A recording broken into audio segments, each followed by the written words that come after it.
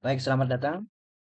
Kali ini mari kita belajar menguraikan gaya-gaya yang bekerja pada benda yang terletak di sebuah bidang miring. Kemudian juga nanti kita akan menganalisis berapa sih percepatan benda yang meluncur di sebuah bidang miring dengan mengabaikan gesekan dan juga dengan memperhitungkan gesekan. Oke, kita mulai dengan apa namanya?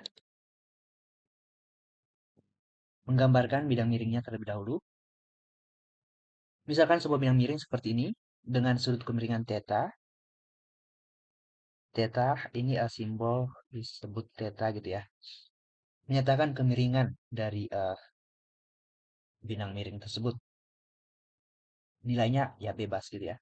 Dia adalah sesuatu yang bisa diubah-ubah. Kemudian pada permukaan bidang miring terdapat sebuah benda berbentuk balok seperti ini. Tentu saja kamu tahu gaya yang kerja pada balok ini yang pasti ada adalah gaya berat. Jika kita misalkan baloknya bermassa M, maka gaya beratnya kita simbolkan dengan W dari kata dasar weight ya. Itu sama dengan massa dikali percepatan gravitasi bumi. Kita asumsikan baloknya dan bidang miringnya sedang berada di bumi. Nah, dengan menggunakan koordinat yang ini, maka kita bisa uraikan gaya berat ini. Gitu ya. Gaya berat ini karena dia berada di bidang miring sebendanya, gaya beratnya bisa diuraikan ke arah X. Kita sebut sebagai Fx. Kemudian ke arah Y tentunya kita sebut sebagai Fy. Nah, apakah ada gaya lain yang bekerja pada balok? Tentu saja ada. Yang berikutnya adalah gaya normal. Nah, mungkin kamu sudah paham gaya normal adalah gaya kontak antara permukaan dengan sebuah benda yang terletak di permukaan tersebut.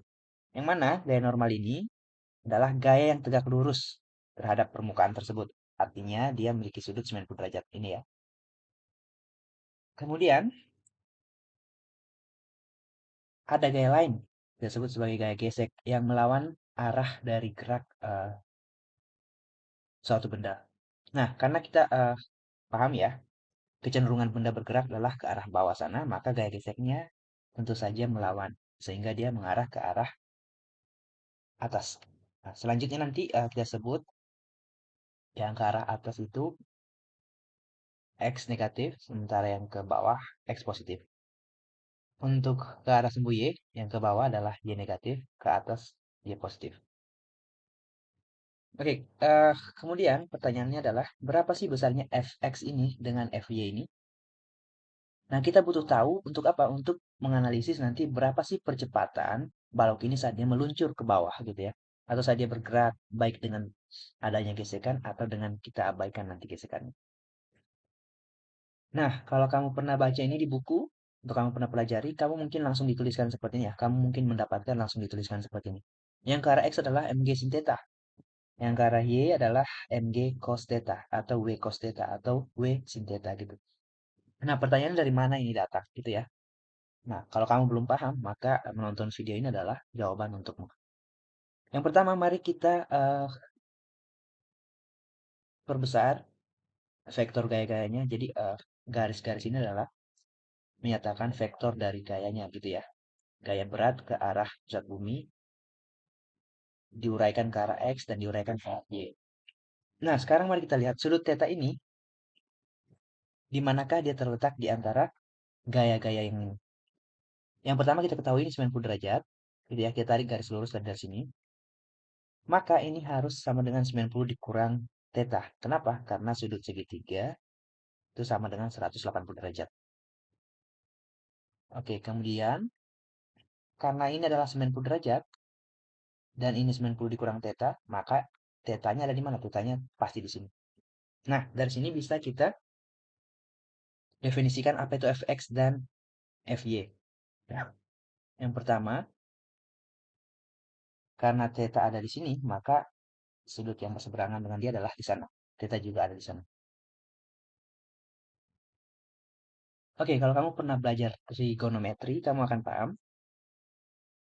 pada sebuah segitiga siku-siku, ini segitiga siku-siku gitu ya, kita bisa definisikan beberapa besaran. Yang pertama sin theta. Sin theta itu adalah sisi depan sudut dibagi sisi miring. Nah, kalau kita gambar ulang, segitiganya kurang lebih seperti ini. Ini 90 derajat, theta ada di sini. Ini sisi depannya fx, sisi miringnya adalah w, gitu ya. Ini depan, ini miring, sisi miring.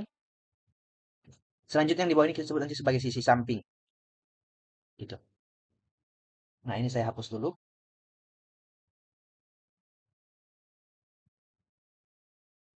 Nah, dari sini kamu tentu saja sudah paham. Sin theta adalah fx dibagi w. Maka fx adalah w sin theta.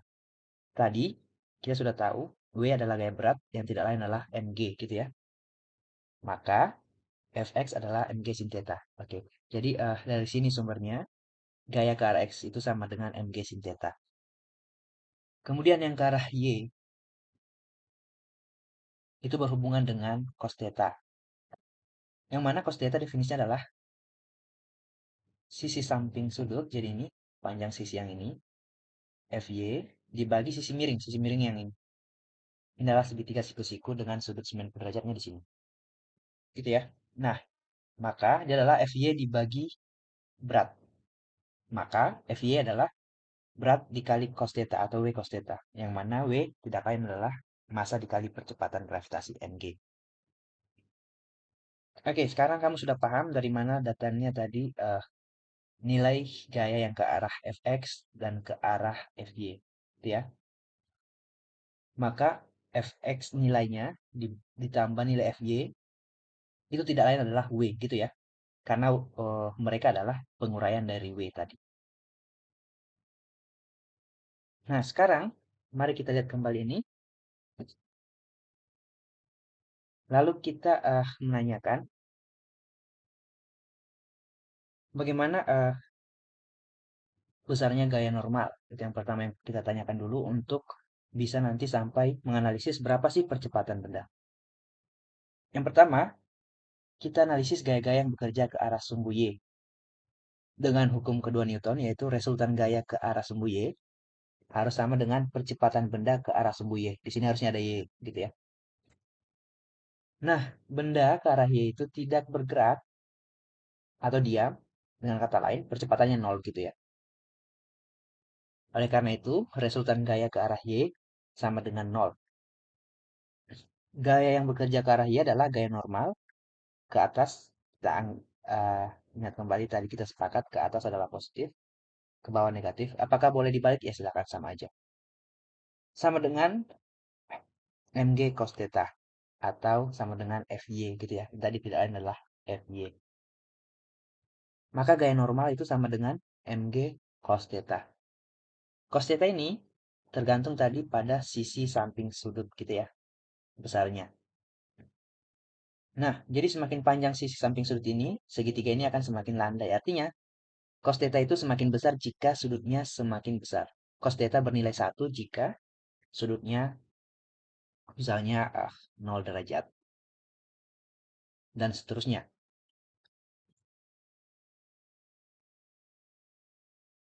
Oke, kemudian kita analisis gaya-gaya yang bekerja pada sumbu X. Nah, saat ini kita coba abaikan gesekan gitu ya. Kita abaikan gesekan yang bekerja, atau kita anggap lantainya licin. Jadi ini licin. Licin artinya tidak ada gesekan, gitu. Sehingga resultan gaya ke arah sumbu X sama dengan percepatan ke arah sumbu X. Saya tidak perlu berikan indeks X di sini ya. Seharusnya dibuat saja biar lebih lengkap. Nah, gaya yang bekerja hanya satu, yaitu mg sin theta ke arah X. Itu sama dengan percepatan dikali massa. Di kedua ruas ada massa, maka bisa dicoret. Maka percepatan benda adalah g sin theta. Nah, tadi kamu sudah paham, sin theta itu tergantung pada sisi depan. Artinya semakin curam bidang miring ini, sin thetanya semakin besar. Artinya semakin ini miring, percepatan benda semakin besar saat meluncur. Itu cukup masuk akal gitu ya. Lalu kita analisis jika gaya geseknya diperhitungkan ini. Namun saat itu benda masih dalam keadaan diam. Jadi ada dua keadaan. Sekarang masih dalam keadaan diam. Nah, di sini gaya gesek yang berlaku adalah gaya gesek statis. Yang mana besar gaya gesek adalah mu S dikali N. Mu S itu adalah ini disebut mu S dibaca mu. Itu simbol mu gitu ya, bukan MU tapi mu. Nah, itu disebut sebagai koefisien gaya gesek atau gesekan statis. Nah, koefisien gesek statis ini bekerja saat benda masih diam. Sekarang kita analisis gaya-gayanya. Dengan hukum 2 Newton, resultan gaya ke arah sumbu X sama dengan massa dikali percepatan ke arah sumbu X. Ada dua gaya yang bekerja ke arah sumbu X. Yang pertama mg sin theta. Yang kedua, gaya gesek. Ini harus sama dengan massa dikali percepatan benda. Nah, tadi dari slide sebelumnya kita dapatkan bahwa gaya normal adalah mg cos theta, gitu ya. Ini kita masukkan ke sini. Tepatnya ke arah sini gitu ya. Maka mg sin theta dikurang mu s mg cos theta sama dengan 0. Nah, besaran M, massa bisa kita coret dengan membagikan M dengan kedua ruas persamaannya gitu. M 0 dibagi M tetap 0 gitu. Sehingga di bawah tinggal sin theta dikurang mu S dikali cos theta sama dengan 0. Maka bisa kita dapati besarnya mu S atau koefisien gesek statis ini adalah sin theta per cos theta yang dalam definisi lainnya kita sebut sebagai tan theta gitu ya. Tan theta ini menyatakan kemiringan dari bidang miring. Artinya semakin besar bidang miring ini, mohon maaf, semakin besar sudut bidang miring ini atau semakin miring dia, dan saat itu bendanya belum diam, bisa kita bayangkan cukup besar gaya gesek statis antara bidang miring dengan balok. Mudah-mudahan kamu paham apa yang saya maksud. Nah, sekarang mari kita tanyakan bagaimana jika gaya geseknya kita perhitungkan dan saat itu balok sudah bergerak. Artinya percepatannya tidak sama dengan 0 gitu ya. Jadi ini tidak sama dengan 0. Oke, sama caranya dengan menguraikan saat bendanya masih diam. Perbedaannya hanya di sini tidak sama dengan 0. Kemudian perbedaan lainnya adalah gaya gesek yang bekerja adalah gaya gesek kinetis yang kita tulis sebagai muka dikali gaya normal. Muka ini adalah koefisien gesek kinetis.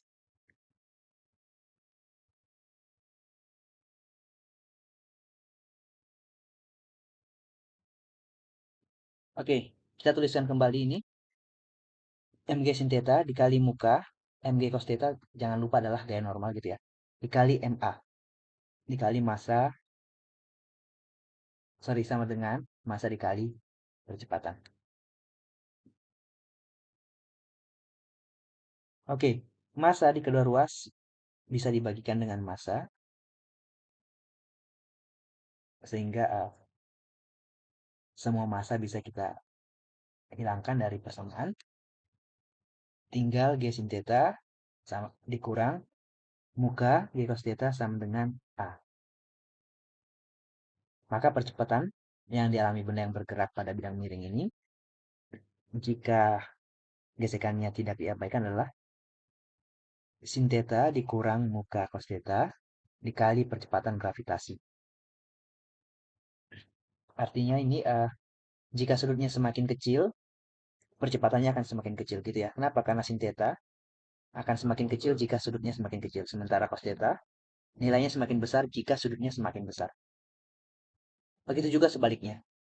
Nah, kemudian kalau kamu ingin mencari besarnya muka dengan mengandaikan kamu bisa mengukur percepatan benda gitu ya, entah dengan cara apapun, maka bisa diuraikan kembali menjadi muka adalah G sin theta dikurang percepatan benda dibagi G cos theta. Nah, G sin theta per G cos theta tidak lain adalah tan theta gitu ya, karena G per G sama dengan 1. Dikurang A per G cos theta. Oke, sampai di sini dulu pembahasan kita terkait gaya-gaya, analisis gaya-gaya yang bekerja pada benda di sebuah bidang miring. Saya harap kamu paham. Kalau misalnya ada yang kurang dipahami, silahkan ditanyakan di kolom komentar.